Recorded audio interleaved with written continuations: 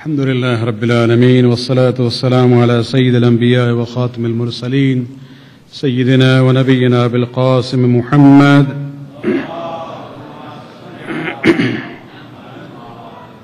وعلى أهل بيته الطيبين الطاهرين المعصومين واللعنة الدائمة الباقية على أعدائهم من الآن إلى قيام يوم الدين. Brothers and sisters in Iman, Assalamu alaikum. As I had mentioned that the 3 nights ending with tonight, we will be very briefly looking at some of the passages from Dua Makarim al-Akhlaq.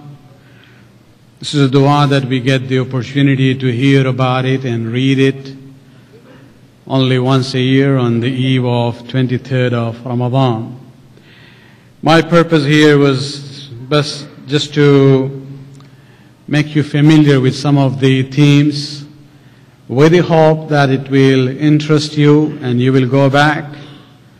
And in some of the nights when you are sitting there thinking what to do, the name Sahif Sajjadiyya will come to your mind. Even if you don't have the book at home, you can go online and you can actually read the dua or print it out from al-Islam.org, the famous website that has the Shia material. And the passage that I have tonight, again, there is no time at all to go into any kind of discussion, but just to, bring up this interest in this Dua Makarim al-Akhlaq. Let me go through the list of that passage where Imam talks about adornments of the righteous people and the ornaments of the muttaqeen.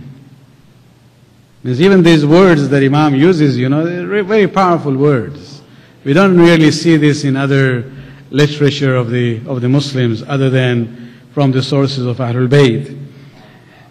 And this is the 10th passage of Dua Makarim al-Akhlaq, where we pray to Allah subhanahu wa ta'ala. Of course, all these passages precede with salawat, end with salawat.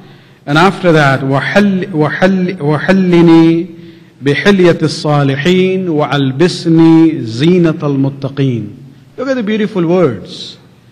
حِلْيَةِ الصَّالِحِينَ, adornments of the salihin, the righteous people. زِينَةَ الْمُتَّقِينَ, the ornaments of the muttaqeen, the pious people. And the dua is that, O Allah, adorn us with this and clothe us with the zinat of the muttaqeen. Imam gives the list of about 19 items under that. What are these hilyatul salihin or zinatul muttaqeen? If you look at the list, بسط العدل كظم الغيظ إطفاء النائرة ضم أهل الفرقة إصلاح ذات البين, spreading of the justice, one of the important things. Restraining one's anger and rage. Putting out the flame of hate. Wherever there is, problems going on, try to put that flame and light out. The fire out. Bringing together the people of separation, those who are, going in different direction, out of division within themselves, trying to bring them together. Making peace between individuals. Ifsha al-arifa, promoting good deeds by doing certain good deeds publicly. Satr al-aiba, satr al-aib, to cover the weaknesses of the people rather than disclosing it.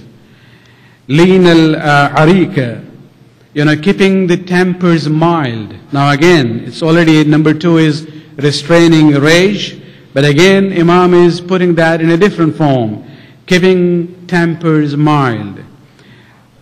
Khafzin jinah, lowering the wings, being kind, being humble.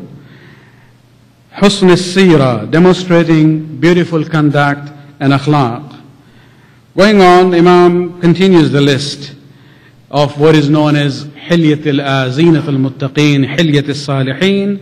Number 11, Sukun al-Rih, The literal translation would be calmness of the air or the wind. There's no wind blowing. What does it mean? It means that, to have a very modest attitude. Not that wherever you come, you're creating winds around, creating, problems. Be a mild person, be a modest person. وَتِيبِ الْمُخَالَفَةِ. Now this word in the manuscripts of Sahifa Sajjadiyya has come in different form. One is mukhalaqa, the way it's shown here. Another is mukhalafa. And the third one is muhalafa. And all has different meanings. The translation that I have done here is actually not what you see in Arabic there. It's tibul mukhalafa, which means even if there is disagreement, be polite in disagreeing with one another. Don't use abusive language. Don't put others down. Be polite even in disagreeing with one another. وَالسَّبْقِ إِلَى الْفَضِيلَةِ. Competing in excellent qualities. In Dua Kumail we recite, "O Allah, give us mayadeen as-sabiqeen." Mayadeen is plural of maidan, the field. And sabiqeen, those who compete with one another. So yes, there is a concept of competition. But competition for what? Competition for Makarim al-Akhlaq. To compete against one another to attain higher levels of Iman and Taqwa and Islam. Number 14, Isar al-Tafaddul, to prefer giving and charity over, just withholding everything for ourselves. Tark al-Ta'bir or Tark al-Ta'ir, it depends on how the nuqtas have been put. Refraining from condemning. Some people just have the habit. They only know how to condemn others. No, you have to have that balance. You praise wherever the praise is due, and you also, admonish whenever it is a situation of admonishing. وَالْإِحْفِظَالَ عَلَى غَيْرِ الْمُسْتَحِقِّ.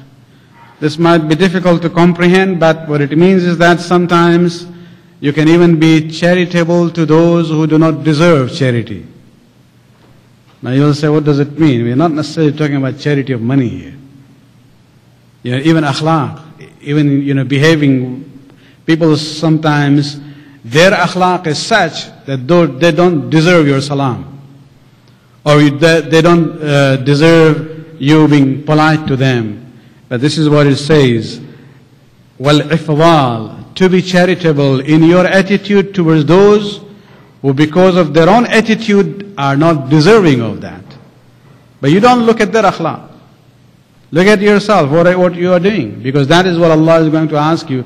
Allah is not going to ask me, what did this fellow do to you? Allah will ask me what I did to that person. Number 17. وَالْقَوْلُ بِالْحَقِّ وَإِنْ أَزَّى. Speaking the truth, even if it's painful.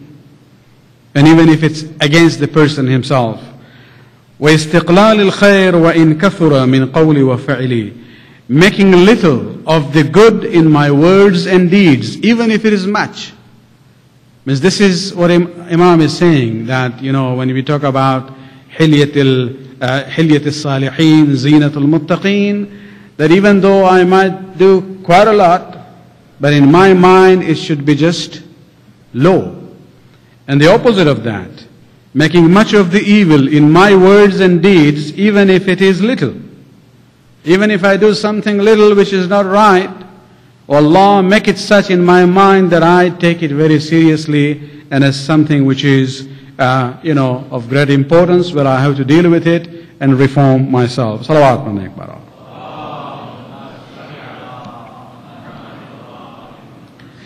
And then after listing these 19 items, part of the ornaments of the righteous people and, the clothing of the muttaqeen, Imam basically ends that passage with the dua, وَأَكْمِلْ ذَلِكَ لِي بِدَوَامِ الطَّاعَةِ وَلُزُومِ الْجَمَاعَةِ.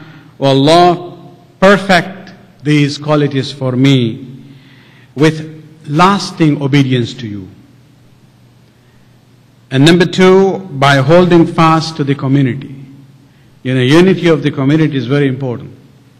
We cannot always say, oh, things are not working according to the way I want it, and therefore I'll just separate, have my own different, community. No, there's no need to go on that path of division. Be united, and if there are problems, reform within, not that separation and new form, another organization or another jamaat. وَرَفْضِ أَهْلِ الْبِدَعِ وَمُسْتَعْمِلِ الرَّأْيِ الْمُخْتَرَى. And oh Allah, give me this ability of obeying you till the last moments of my life, and reject the people of innovation and those who follow their personal opinion. Salawat par nek bara.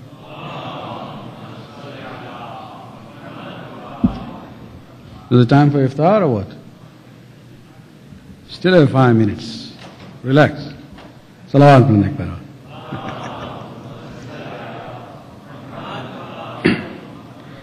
We'll end because I don't think we have another session of any discussion. Tomorrow and Sunday we have competition.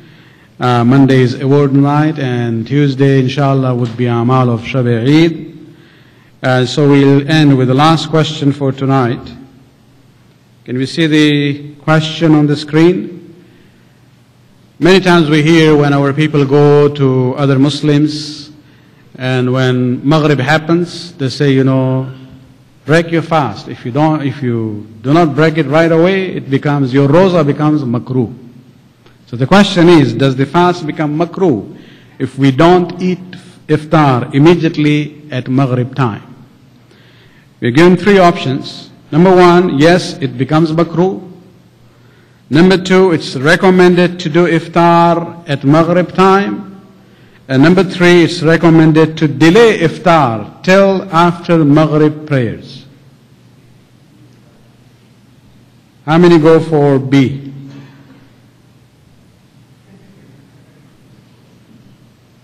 What about C? Okay. That is the right answer. There is no concept of roza becoming makruh. Remember, roza, it depends on your niyyat. What was your niyyat? From Fajr till Maghrib. Once the time happens, the roza is gone. It's not there to become makruh. So this concept is nothing like that.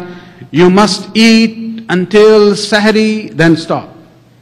And then the other end, when it ends, you must start eating. There's nothing like that. So there's no concept of fast becoming makruh. Actually the recommendation in our fiqh is that you do the iftar after Maghrib prayers. Not after Isha, after Maghrib. Salawat par nek bara.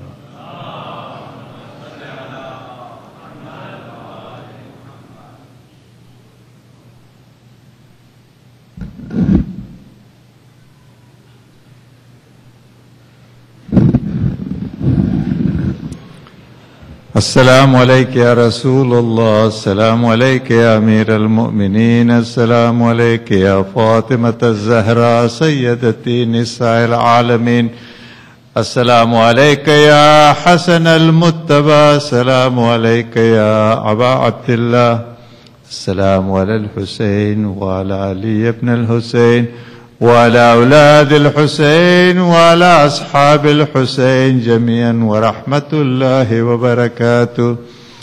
السلام عليك يا غريب الغرباء، السلام عليك يا سلطان يا علي بن موسى الرضا ورحمة الله وبركاته. السلام عليك يا صاحب الزمان، السلام عليك يا خليفة الرحمن، السلام عليك يا مظهر الإيمان، السلام عليك يا إمامنا وإمام الإنس والجان، السلام عليك يا شريك القرآن، السلام عليكم ورحمة الله وبركاته.